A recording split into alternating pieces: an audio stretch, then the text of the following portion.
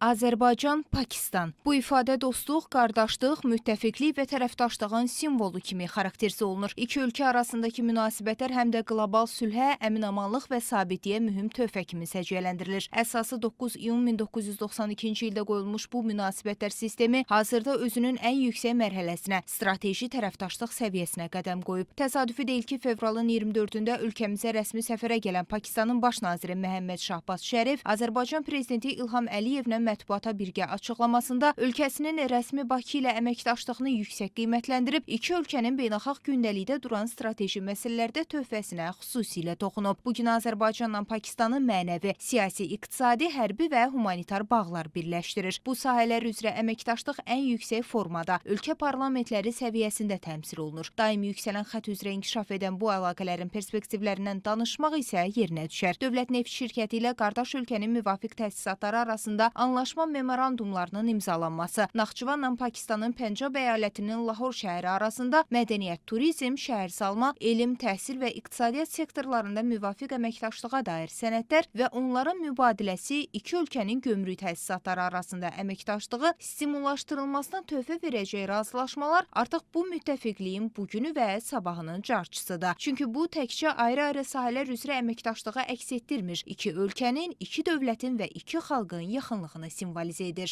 Pakistan-Azərbaycan əlaqələrinə hər tərəfli baxış paytaxt Bakıda keçirilən biznes forumun timsalında özünü daha aydın büruzə verməkdədir. İslamabad-Bakı münasibətlərinin yüksəlişi infrastruktur layihələrinin icrası kontekstindən də izah oluna bilər. Məsələn, daşına, torpağına yeni ruh gələn tarixi Qarabağ və Şərqi Zəngəzurun bərpa və yenidən qurmasında Pakistanın rolu xüsusilə qeyd olunmalıdır.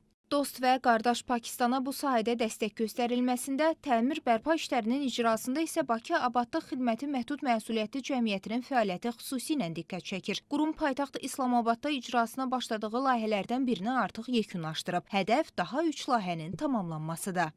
İstər investisiya qoyuluşundan, istər qarşılıqlı təcrübə mübadiləsi, istər qarşılıqlı dəstək və yardım addımları iki ölkənin, iki xalqın inkişafında mühüm bir amil kimi görülə bilər. Və mən qeyd edeyim ki, Azərbaycan-Pakistan münasibətləri, eyni zamanda Azərbaycan-Pakistan-Türkiyə münasibətlərinin bu cür müsbət tendensiyada inkişafı istər müsəlman dünyasının, istər